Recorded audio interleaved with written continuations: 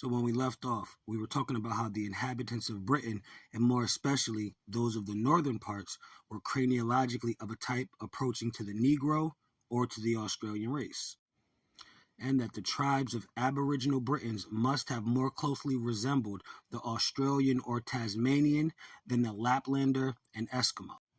Continuing on to say, an Australoid people once inhabited Britain as well as the antipodes.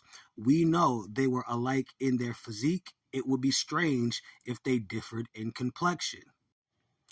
And boom, right here it says, a recent facial reconstruction of a 10,000-year-old skeleton called Cheddar Man has revealed a man with bright blue eyes, slightly curly hair, and dark skin. And slightly curly hair and dark skin are associated with Aboriginal Australians. As we can see right here with this brother, right, with his slightly curly hair and dark skin. This happens to be a Tasmanian, one of the last living Tasmanians, because we know the Tasmanians, a genocide happened during the colonizing of that area of Australia, Tasmania, and Papua New Guinea, and places like that.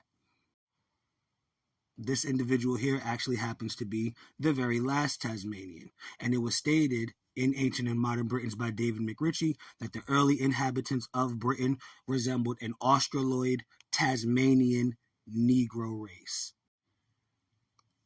Specifically, dark skin and blue eyes Cheddar Man had.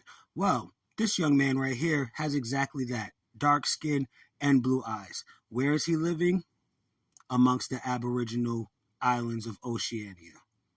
So, as we can see from Sungir Man in Russia, Cheddar Man in England, Peking Man in Asia, Grimaldi Man in Italy, and Romanian Man in Romania, that the earliest inhabitants of Europe were darker than me.